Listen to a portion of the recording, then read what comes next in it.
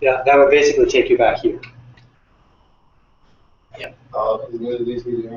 Yeah. Yeah. So that tweaky little algebraic weirdness allows us to rewrite it as an so I skipped the technical steps there, but that's the essence of the formula. That's where it comes from, which is kind of neat. So we're going to apply that formula to our x equals t minus sine t, and comma y equals 1 minus cosine t. It's actually it's legal order. Yeah, it's clear to legal this way. What was? Oh. Oh, good. dx dt equals what? It's 1 minus cosine t, and dy dt is equal to just the sine of t. Yep. Okay. Now, just I don't know if you remember this from doing arc lengths back in Calc 2. In general, arc lengths have to be to be doable in a Calc 2 class, you have to choose your function very carefully. Because most arc length problems do not have a fundamental antiderivative. So don't write this down. The original arc length formula you saw in Calc 2 looked like this. Oh, I heard about them somewhere. Yeah. Right? So ours is a variation of that formula. Do you see the relationship? Yeah, it's been a while. I just Yeah. clicked with everything. So you're taking the derivative, you're squaring it, you're adding 1, and you're putting it in a square root. In general, that makes a mess. And you're not going to be able to find the antiderivative. So let's see if we get lucky. What do we do? You think we're going to get lucky? Yeah, I see. All right. Back season. Oh, no, I can't. No. Okay. So what we're going to have is we're going to have to square these guys, right? So I'm going to have 1 minus the cosine of t squared. I'm going to have to add that to the square of dy, t, which is a little easier. And all that fits inside the square root. And I'm integrating, in this case, from 0 to 2 pi.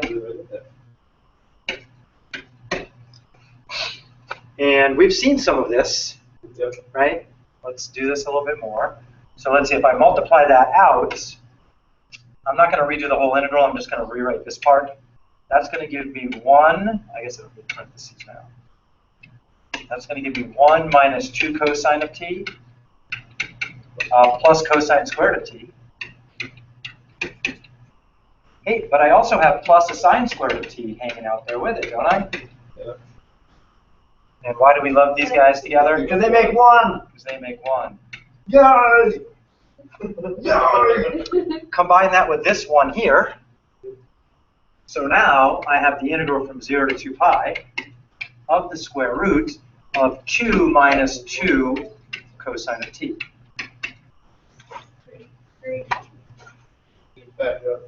Could factor out to 2. So that's going to give me, so I'm just going to pull that completely out. Sorry, I have too much chocolate. See? Zach spurred me along and not taking notes. Just taking notes. Thank you, John. I'm terrible not taking notes. Obviously, chocolate Yes. works. Wait, chocolate worked for you. You. Oh my gosh. Didn't have any chocolate. Well, maybe the Just idea of having it here. That I asked nice. Having chocolate would have been bad. Said I wouldn't give him a shot collar if he didn't use.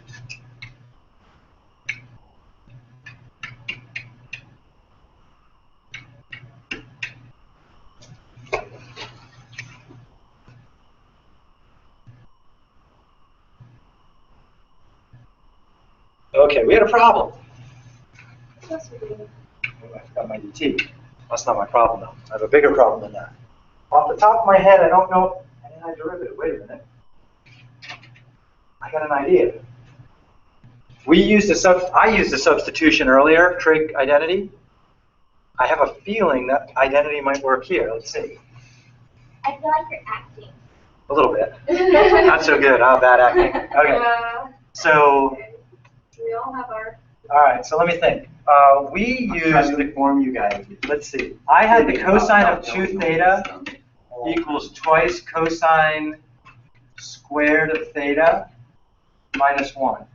The alternative formula there is 1 minus twice the sine squared of theta. And if you solve that for sine squared of theta, you get what's called the half angle formula. Okay, so I'm just going to do that. I'm going to add, subtract the one to the other side. Yeah. So I'm using this combination right here. So that's going to give me cosine of 2 theta minus 1 equals negative 2 sine squared of theta.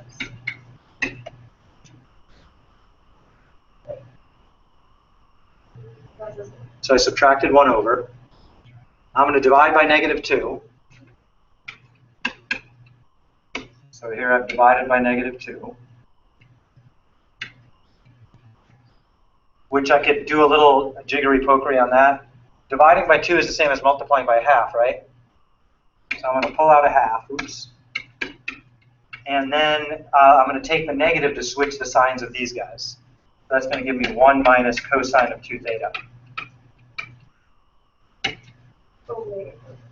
Yeah. And that is equal to the sine squared of theta. Guess what I'm going to do next? Exactly. Yeah, I'm going to take the square root also. So I'm going to rewrite with the square root. So square root of that, square root of that. So then what I get is I get the square root of 1/2 chilling out front. Then I have the square root of 1 minus, or the cosine of 2 theta. But Zach had an excellent point. He said, why don't we replace 2 theta with t?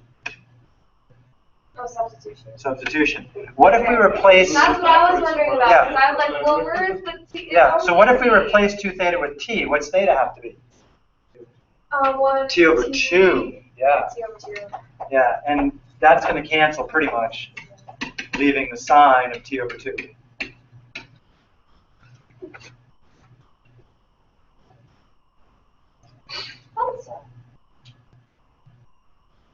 So let's see. I have this square root on the other side in my integral. So I'm just going to multiply both sides by the square root of 2. That'll cancel this. And so there's my substitution. I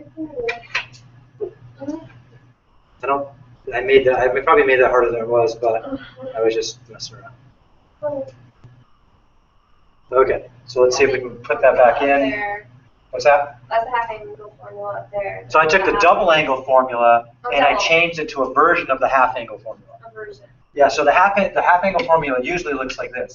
Yeah, The that's what I sine of t over 2 Yeah. is equal to the square root of 1 minus the cosine of t all over 2. So why would you just use that? Because I can never remember that, but for some reason I always remember the cosine double angle formula, and then I solve. Is the other one easier? I don't think so. So It you depends just on the have to individual. You think the divide other by one's easier to use? So that ended up being Your call. So, we're using that formula right there. I have like a table in my notes, and I always look at them. Either one. They both work. should that end up being 2 sine t over 2? Is there a root 2 pulled out? That integral? You mean back here? No, go back again. Right here? Still up there. Well, you were, I put couldn't- it all down. It was 2 minus 2 cosine t. They pulled the root 2 out, put it on the other side of the integral, so it ends up being. Here? You need to go back to another page. Another page? Here? Okay, so I got this one right here. Yeah, that square root That's 2. where we left off. That's just Yeah, then you need that 1 over square root of 2 that you added the cosine for the half. Right, yeah, so what I'm saying is the square root of 1 minus cosine of t is equal to square root of 2 times the sine of t over 2. Which we can get from this formula too, because this just means 1 minus cosine of t in the square root divided by the square root of 2. I really only want that part, so I have to put the square root of 2 on the other side. Okay, so then my new integral, so I had the square root of 2 times the integral of the square root of 1 minus the cosine of t dt. Based on my substitution, that is now, this inside of the integral is square root of 2 times the sine of t over 2.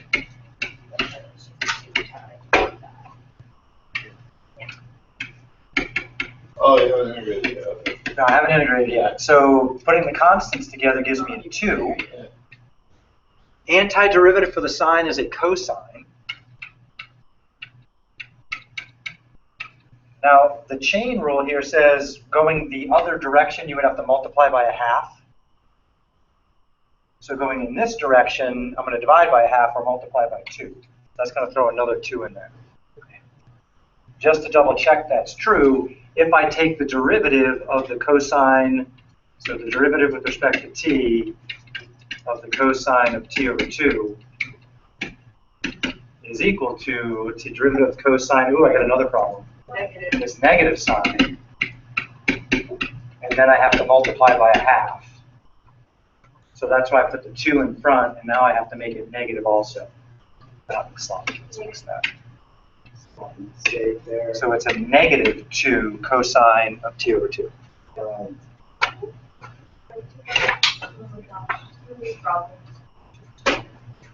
right, let's pull this junk out of here. Ah, I missed. Got it. Bye-bye. All right, so we're going to integrate that from 0 to 2 pi. So what's that going to give us? 2 times cosine of pi is -1, so I'm going to have -2 times -1. Cosine of Can't we just 0. pull out the -2 and then? Oh, you could, yeah, you could do it that way too. I'm going to leave it in. I'm going to have minus -2 times the cosine of 0, So it's 0. which is 1. And cosine of 0 is 1.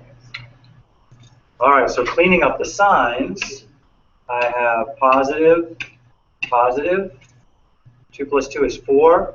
4 times 2 is, 4 times 2? well, yeah, 2 plus 2 is 8. 2 plus 2 is 4 times 2 is 8. It equals 8. If you're going to multiply in that minus, shouldn't it be -1 also? 2 times -1? How's that? Oh. Come on. No, here's my -2. Right? So you got -2 and -1. Cosine of 0 is 1. Right. Cosine of pi is -1. So I have -2 times -1 is 2. Yeah. And then I'm minusing -2, which is really a plus 2. Times the 2 out front is 8. But if you're going to multiply that negative through and make that positive, should that 1 also become negative? I'm not multiplying negative through. Oh. Write it down. Oh, okay. Yeah, Yes. great. Write it down, Doc. I got what you got, Gary. Now, it's easy to screw up signs, and there's no best way to deal with it. It depends on the person, the time of day. Yeah. So, this is kind of cool. The arc length. Oops, wrong button. All of that confusion brought us to an 8. Where the hell did it go?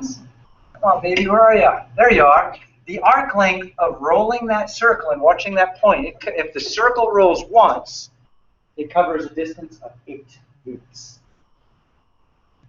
Along the ground, 6.28 roughly. In the air, it covered 8 units. Now, what if we throw an arbitrary radius in there? What's going to happen? So what if we throw an arbitrary radius in there? Well, let's take a look. So let's see, that's not it. Okay, arc length, we're getting there. Right here. So that means I would have r times this stuff, and I would have r times that stuff, right? Well, in my derivatives, well, the r is still getting carried along for y. Still getting carried along here. So that means here I will have an r squared, because it's the derivative squared. Here I will have another r squared. And we can pull out that common factor, right? What's the square root of r squared? R just gets carried along. Constant multiple. So in general, if we roll a circle of radius r, the arc length would be 8r.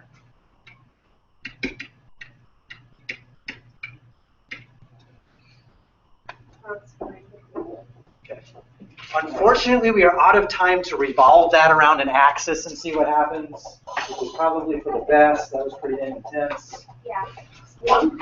Okay, so you guys need to take your power series test sometime this week. It'll be shorter than the test you already took. How many problems exactly?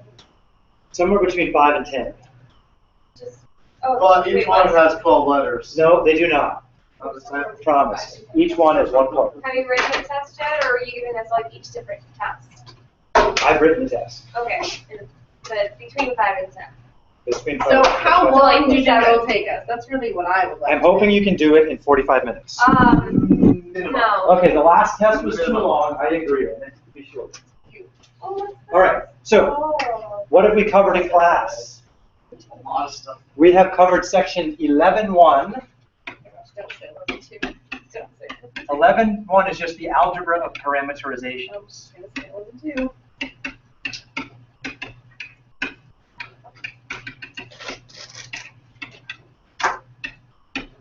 And 11.2, Paisley, is the calculus of parameterizations. It's okay. It's okay.